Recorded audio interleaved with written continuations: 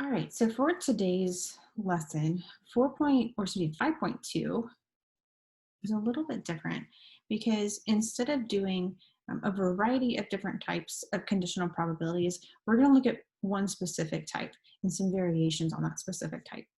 So I want you guys to think for a second about going into the doctor's office. Let's suppose you're sick. And I was thinking about this in terms of our current situation with COVID-19 and medical testing. Maybe we'll talk about that if we can later. But I was thinking specifically about strep testing. So let's say you go into the doctor's office and you think you have strep throat. What are they going to do? Well, they're probably going to swab you. And if it's like most pediatric offices, they'll swab you with a rapid strep. And so 10, 15 minutes, that test runs and they give you the results. But you may have experienced, sometimes your doctor will say, okay, well, the rapid strep was negative, but let's go ahead and culture and see what comes back. When I was a kid, for some reason, I would get lots of negative rapid strep, and then they would come back positive, right? Meaning I needed antibiotics, but the test didn't indicate that. And a lot of times, that's kind of a classic example because people have experience getting strep. But this sort of thing can happen in any sort of medical test. And we're going to call it conditional probability because there's a condition, you could be sick or not. And then the test can tell you that or not. So we have to be careful when we're thinking about our grid of options. It's always possible that if you have the sickness, let's say strep, the test comes back and it does the right thing and it says, oh yeah, you've got strep, and your doctor writes your prescription. But that rapid test could come back and say, nope, you don't. And then the doctor might say, okay, you don't need antibiotics. Or if they think that the test doesn't have a lot of reliability or a high enough reliability, they might say, well, we're going to culture, which is what happens a lot with strep tests. And sometimes that can be controversial because on one hand, if you know your test might have a chance of giving a false negative, saying you're not sick when you actually are, then a backup test is good. But on the other hand, that backup test is costing time and money and resources to run that test, and a delay in potentially starting treatment if you wait to start treatment. So pros and cons. But on the flip side, think about what happens if you don't have strep and you take a strep test. Most of the time, we would think, oh yeah, if I take the test and I don't have strep, it's going to come back negative. Don't have the disease. But is it possible, theoretically, that we could take a strep test and it come back positive, like a false positive? Yes, right? And we don't think about those a whole lot because a lot of times when we're talking about medical testing, those tests have really high reliability. We're going to delve into that today to look at how that works with the context of different things like how many people have the disease, how is our population distributed.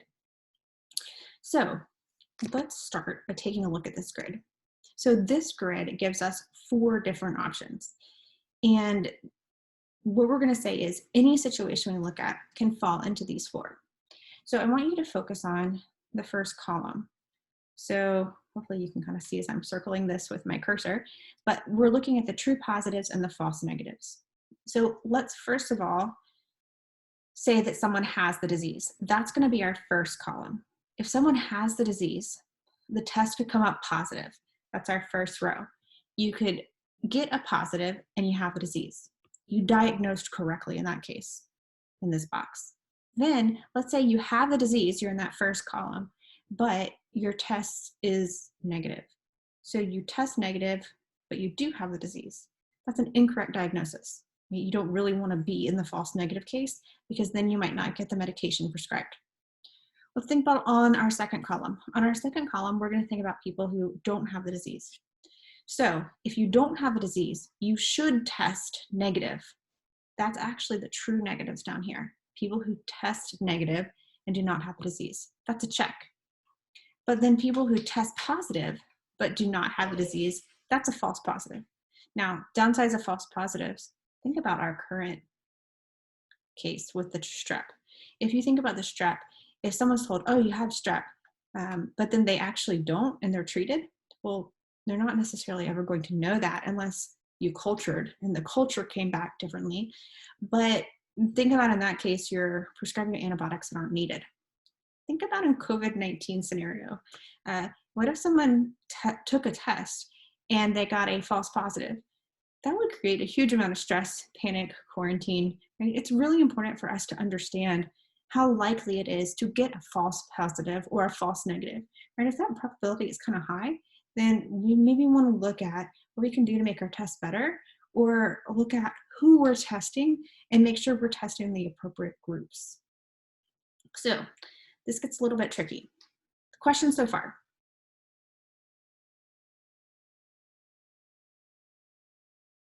So the conditional part, we haven't spent a whole lot of time on that word yet, but you have multiple things that are interacting, like different conditions. You could have the disease and here's your outcome. You could not have the disease and here's an outcome. That's conditional probability, where knowing the outcome of what is going on first impacts what happens second. So the idea of being or having strep or not, and then getting testing, that's two different events. Even if you have strep, not everyone gets tested. And if you don't have strep, not everyone is getting tested. And so you kind of have two things happening, a sickness and a testing, and then some conditions between the two. So we're going to take a look at some definitions. The first definition is called the sensitivity of a test. We're going to look at defining the sensitivity as the probability the test will detect the disease in a person who does have the disease. So this is a good thing. We want a test to have high sensitivity. In other words, a high probability that it's going to give us a positive for those who have the disease. The second term, sorry guys, we're going to look at these definitions or the alternate forms of the definitions and the formulas as we use them, but you could write sensitivity as true positives out of all who have the disease. In other words, this gives us the proportion of how many were positives out of everybody who has it. So think about if your sensitivity was absolutely amazing and perfect, like 100% sensitivity, which you can't really have, but it would mean that everybody who took the test, who had the disease, would get a positive test. We would have no false negatives. But we have another description. In addition to sensitivity, we can talk about the specificity. It's kind of a mouthful. The specificity of a test is the flip side. The probability that a test will give a negative result for a person who does not have the disease. So if someone doesn't have it, we want the test to say that. So we would want the test to read negative. So the way we define this one is we look at all of the true negatives and that proportion compared to all who don't have the disease. Now, keep in mind, test-wise, these would be excellent things to put on your note card because these are easy to mix up. Okay, so put down your sensitivity and your specificity definitions. We're going to refer back to them as we need to. So let's take a look at a specific example. So this one, we're going to look at tuberculosis instead of strep, but we have a table adapted from a study of a test for TB, tuberculosis, among patients diagnosed with pulmonary TB. So I might have to bend our context just a little bit because I haven't read the background on this specific adaptation. But let's say we have a group of people who we know have TB and they've already been diagnosed. Maybe your doctor wants to have a cheaper and faster test. Think about for COVID-19, people have been pushing for a test that doesn't take days, right? That maybe takes hours or minutes, kind of like the rapid strep. So if we develop a new test and we want to say, okay, how well does that work? We might already know whether someone has TB or not, and we can test them and then have knowledge about whether it worked or not. But let's say we're in a situation where we're testing something new. Well, we might not actually know who has the disease and who doesn't. So sometimes these situations, they have to have a little bit more information. Like you might have to have a backup test to know whether someone has the disease for sure or not, if you're looking at the sensitivity and specificity for that test. So again here, for all the people that have TB, they've been previously diagnosed, and now we're running the test. So I want you to focus just on this column for a minute. We have 830 people who have tuberculosis. And then for testing positive, if our test was perfect, all 830 should get a positive test. However, do they? Not in this case. Only 571 out of the 830 get a positive test. Notice 259 of them are told you don't have a disease when you actually do. That's a false negative for those 259 out of 800. On the flip side, in our study, we also had 170 people who, by this other form of diagnosing, don't have TB. They know they don't have TB, but notice what happens. If the tests were perfect specificity this time, we would have all 170 people there test negative. But when we look at the testing negative, we don't have 170, we have 162. It actually gave us 8 false positives. People who don't have the disease that tested positive. Right? These people just underwent severe stress. Right? Now they're maybe getting treatment that has side effects for something they don't have. So let's take a look at sensitivity and specificity. The sensitivity takes the true positives out of how many we should have had. So we had 571 and we should have had 830. So the sensitivity is right under 69%. It's a pretty low sensitivity in this case. We're missing a whole lot of people who should have tested positive. So 69% or 68.8% sensitivity. Then the specificity, we'll come back to that 31% in a second. The specificity is going to take those true negatives, the 162, the percent that got it right, out of the 170. So kind of think about it as getting it right for the positives, getting it right for the negatives. So the specificity, it actually does better for people who don't have the disease. It got 95% accuracy for if you didn't have the disease, testing negative. So take a look at this alternate interpretation above. This 31%, notice that's the complement of 68%, and 5% is the complement of the 95% here. Let's see if I can move this over a little bit. But this is telling us, this is telling us 31% of the people who have TB test negative because only 69% who are positive test positive. And 5% who don't have TB will test positive because 95% of the negatives are truly negative. So already that's kind of some conditional probability.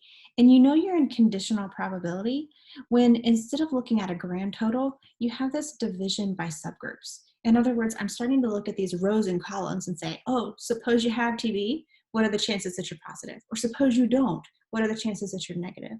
You're doing this more complicated analysis. So before we go on to our next example of sensitivity and specificity, questions here.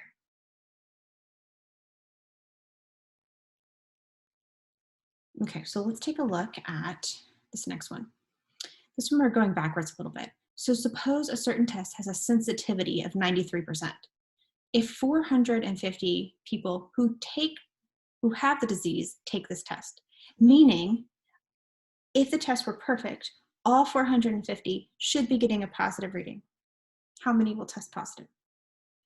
What that 93% tells us is 93% of the people who are positive or actually have a disease will test positive. So 93% of that 450 are going to get positive readings. So 0.93 times 450, or 93% of 450, it's about 419 people. So let's think about those other 30, 31 people. Those other 30, 31 people are not going to get a positive test, meaning maybe they won't get the medication.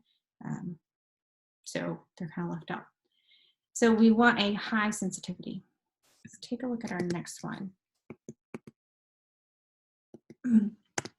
Sorry, I thought we had a specificity stuck in there, but we actually don't.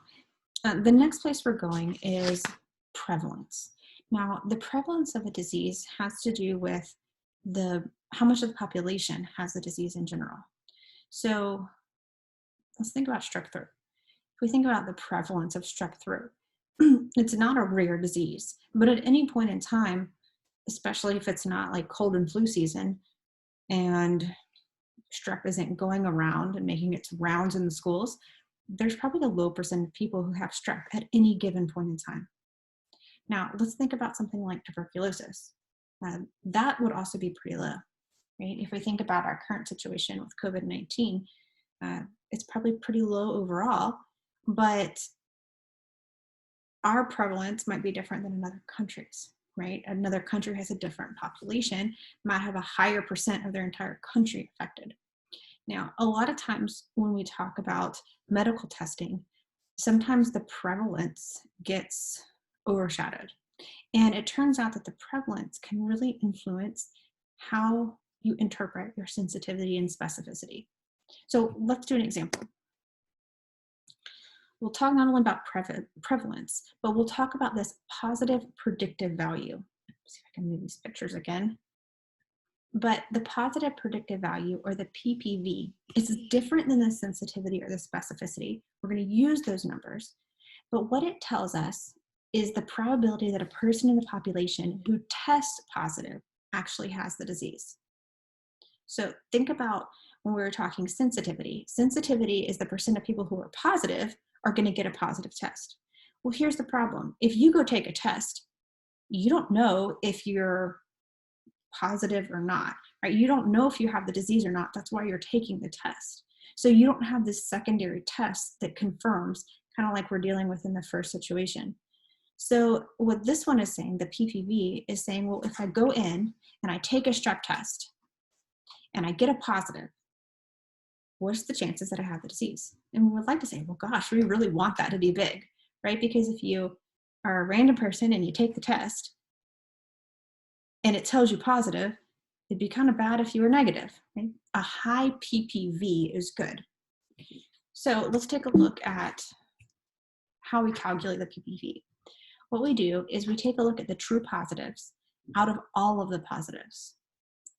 So true positives out of all of the positives. Now, in this situation, notice how it's a ratio of the positives. Go back to sensitivity for a second.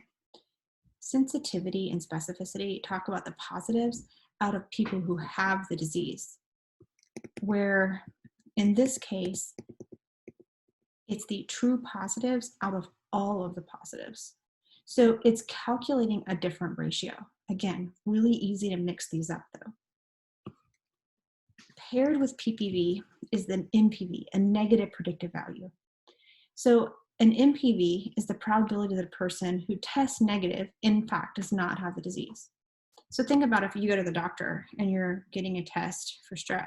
It says negative, you want it to actually be negative. Like you don't want it to be, you don't want to be in the group that has a negative test, but you actually have strep. So let's take a look at how we define this one in terms of the definitions there. So for this one, what we look at is the ratio of the true negatives to all the negatives. Okay, so true negatives to all the negatives. Now, let's take a look at a specific example and calculate some PPVs and NPVs.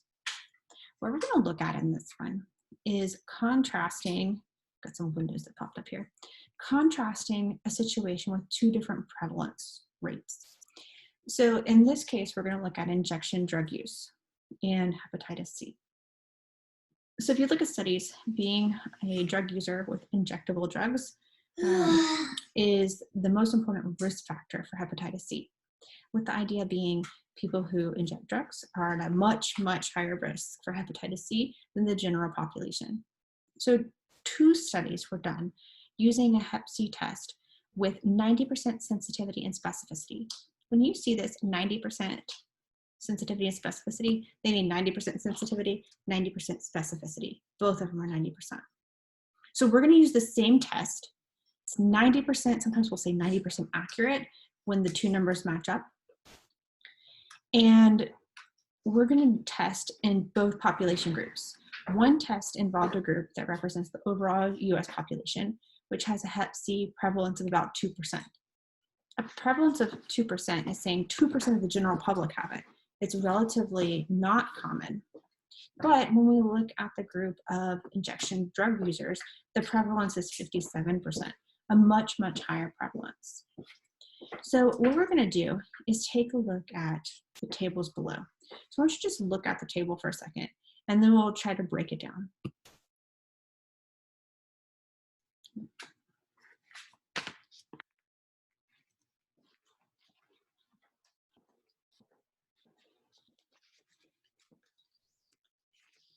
So let's take a look at what this is telling us. So notice our general population over here. They are looking at actual numbers where we had breaking this down into 90% and 10%. So notice in this 9 and 1, they're giving us these numbers, but that's saying 10 people in our general population had Hep C. And then if you add these numbers up, let's see, we get 400, it looks like almost 500 who don't. And so out of the ones that have Hep C, 9 of them will test positive, 1 will test negative. Don't have Hep C, 49 will test positive, 441 will test negative. Think about those numbers for a second. 49 people who tested positive who shouldn't have is pretty high for this small of a sample. Now, take a look at your injection drug users. For this one, notice overall, there's a whole lot more people who are testing positive. And then in both cases, testing positive and then don't have it, who's testing negative, that's smaller than the one over here. So kind of a flip-flop scenario. But in this case, we have 28 people who test negative who have it versus on the general population, 1 who tested negative who had it. And then on the flip side, we had 21 people who tested positive that don't have it. So what we're going to do is calculate the PPV for each one. So when you look at your PPV is your true positives out of all of your positives. So let's take our general population first. Our true positives, we have 9 true positives. And then it's out of all of our positives. So if you think about all of your positives is the 9 and the 49. So when we take a look at our ratio, we have to do 9 over the 58 total. So the true positives out of all the positives, it only picked up about 16%. In other words, there were a whole lot, going backwards here, guys, there were a whole lot of people that got positive tests that weren't positive. So the PPV is true positives out of all positives, 15.6% or 15.5%, about 16%. So what that's saying is if someone randomly takes a Hep C test and it's positive, it's only going to be right about 16% of the time, because a whole lot of the time we were getting those false positives because of this 9 true and false and 49 false. Now let's take a look at the injection drug users. If we take a look at those ones, I'm going to back us up here. Our true positives, we're going to have 257 on top. Then for our total positives, we're going to add 257 and 21, that first row. So when we add the 257 and 21, we only had 278 positives in that case. So when we do our 257 out of 278, we're going to get a much higher number. What that's saying is, if you know you have someone who's a injection drug user and they test positive, the test is 93% of the time or 92% of the time going to be correct. And it's going to give you a positive value that's actually true. Whereas for the general population, it's a much, much smaller number. So what this is telling us is who you're looking at matters. The prevalence really influences your PPV and then also your NPV. So before we go on here, any questions?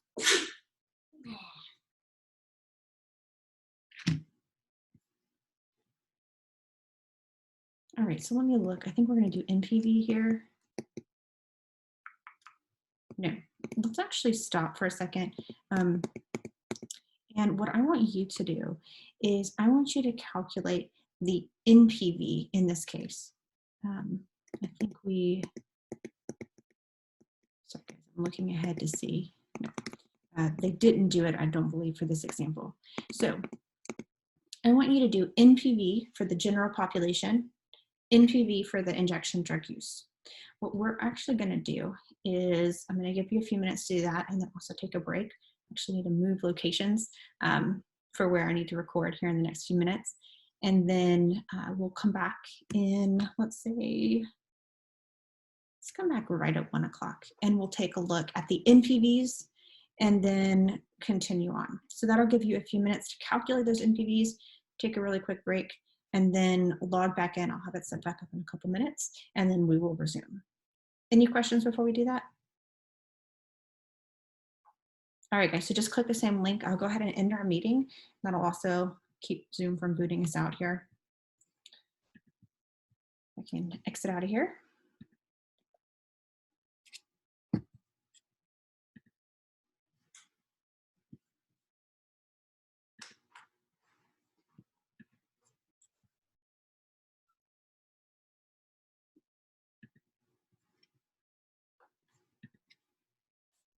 For some reason, it's not letting me in my meeting here. Let's see.